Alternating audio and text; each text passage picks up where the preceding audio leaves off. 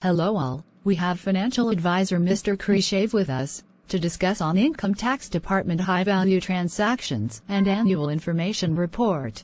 Welcome Mr. Krishave to our FunTech channel office. Hello Anchor, I am glad to be part of this discussion. Hello all, if you're a new subscriber please click on red color subscribe button below, and also enable bell icon. Do watch this until end of this video to get complete information. Mr. Krishave, tell us what does high-value transaction means in Income Tax Department. Well, the transactions done in the high denomination is known as high-value transactions. All high-value transactions are tracked closely by the Income Tax Department. Can you please tell how this high-value transactions are tracked by IT Department? Ha ha ha. That's a good question, we'll keep at the last. First we'll tell you classifications of high-value transaction and what and how it will be. Thought so nice. Can you tell us the major categories? Yeah, sure. It is majorly classified into 5 categories. 1. Cash transactions. 2. Credit card. 3. Immovable property. 4. Investment in shares, bond, mutual funds. 5. Demonetization period. That's good to know. Can you please elaborate a bit more on each topics please? In cash transactions below are the major parts. Number 1. Aggregate cash deposit for rupees 10 lakh or more in saving bank account. Hello guys, this aggregate cash deposit for 10 lakh in saving account, it doesn't mean that you should have in a same account. For example, if you are having 2 accounts, for example, if you are having 2 or 3 accounts, each account is having some amount of values. For example, account 1 is having about 5 lakh, account 2 is having 3 lakh, and account 3 is having another 3 lakh.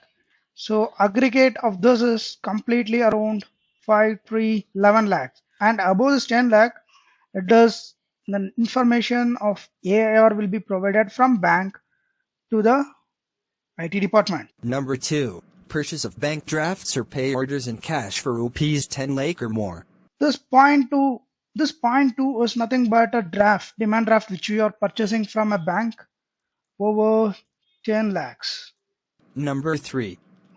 Aggregate fixed deposits of rupees 10 lakh or more in a year. Number 4. Purchase of any prepaid instruments issued by RBI of rupees 10 lakh or more in a year. Number 5.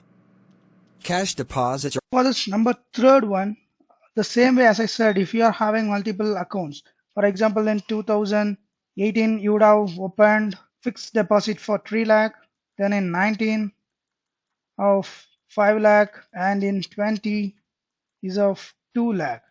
It may be opened for 5 years. Again, this is for 5 years, and this may be for some 4-5 years.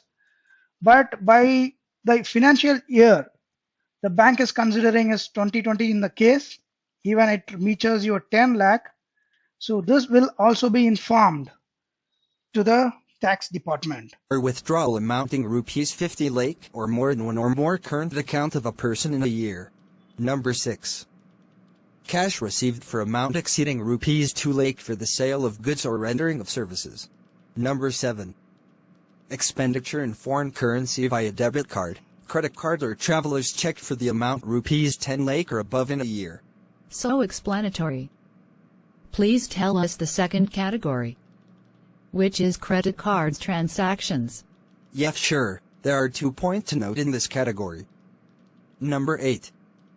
Payment by credit card amounting rupees 10 lakh or above in a year. Okay, then. Point number 9. Credit card bill paid in cash for rupees 1 lakh or more. In this credit card category, for example, if you are using a credit card and paying a bill above 10 lakh in a year, it's not that in a month or sometime, you can even split 50,000 one month, 12, 10, like that. At end of the year, this complete year, if you are having a transaction equal to or above 10 lakh, will be informed to IT department. The second one, we usually pay credit card bill, that is a case. But if you are paying directly through a cash from your hand, if it is more than 1 lakh, okay, that will also be considered. Minimum is 1 lakh, above 1 lakh will also be considered into this. Above 1 lakh paid by cash equal to 1 lakh or above 1 lakh paid by cash is also be accounted, and it is necessary that bank should inform tax department for this. Wow. Lot of informations and lot more to get. Then the next category. It is immovable property. Immovable properties. Yeah. Point number 10. Purchase or sale of immovable property having value of rupees 30 lakh or above. In this case, if you are purchasing or selling your immovable properties, anything, it can be a land, home or anything, that is accountable.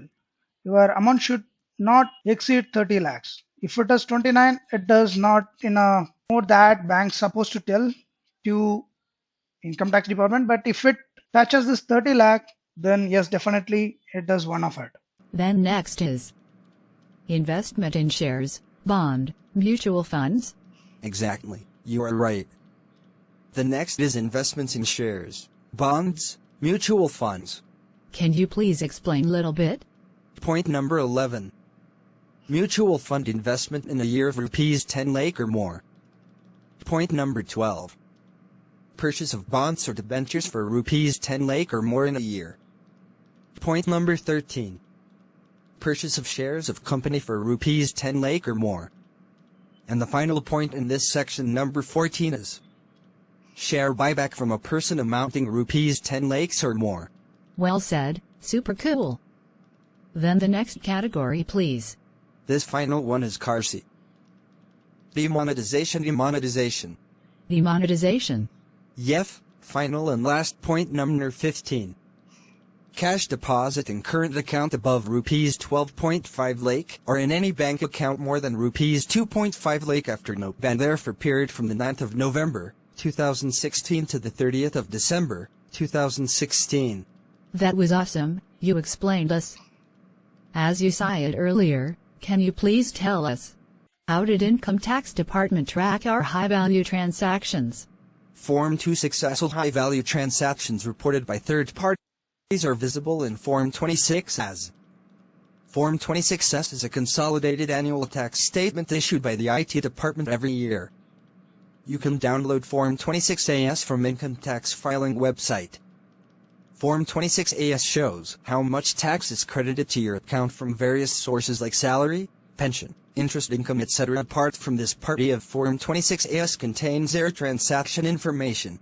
Finally, question, can you please tell us, who is responsible for reporting high-value transactions? The list of third parties responsible for reporting high-value transactions mentioned above are given below. Banks, private, public and cooperative banks, Postmaster General of Post Office, non-banking financial companies, broking companies issuing shares, debenture, and mutual funds, credit card companies. Sale. These third parties need to file Form 61A, also called as Annual Information Return. This is as per Section 285BA of Income Tax Act 1961. This document contains information about transaction including the name of the person and PAN card number. This was really exited and have nice explanation about high-value transaction, how it will be tracked and lot of informations. Thank you for joining with us and shared so much of information. Thank you so much. Glad to be part of it. All the best, everyone. Happy financial years.